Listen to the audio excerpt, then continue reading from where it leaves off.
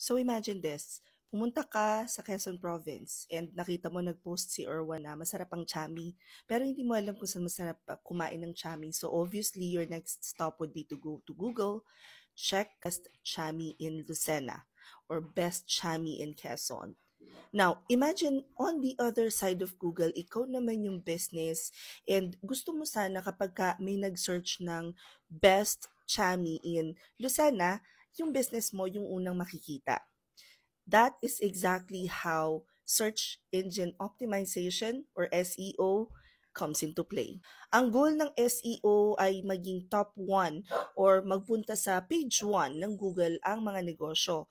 There are a lot of businesses that wants to make it happen for themselves. SEO is the process of improving the website, its contents, and the goal is for your business website to rank in Google. SEO is all about increasing organic o hindi bayad na traffic to the website. And there are so many ways and strategies that you can do para sa SEO.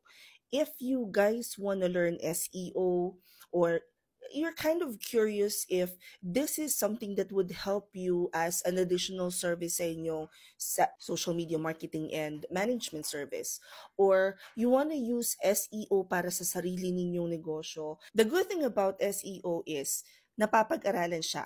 But ang downside neto, kailangan ikaw ay may angking talino at patience because it doesn't happen overnight.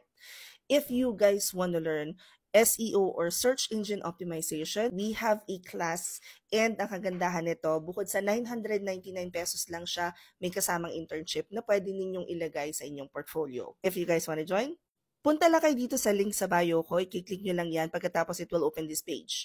Right under open classes, makikita nyo na 999 SEO Level 3. Asan na yun? There you go. SEO Level 3. I-click nyo lang yun, makikita nyo na yung form para maka-join kayo. Kung nasa Instagram naman kayo, ito yung i-click nyo. In case na hindi gumagana yung nasa TikTok at saka yung Instagram, punta na kayo sa Facebook page ko. Hanapin nyo tong video na to. Makikita nyo sa mismong caption yung link para mag-enroll. Ganon din naman sa YouTube, nasa description box lang. Hope this helps. Comment any questions you guys have about working from home. Follow for more work from home chismis. Bye!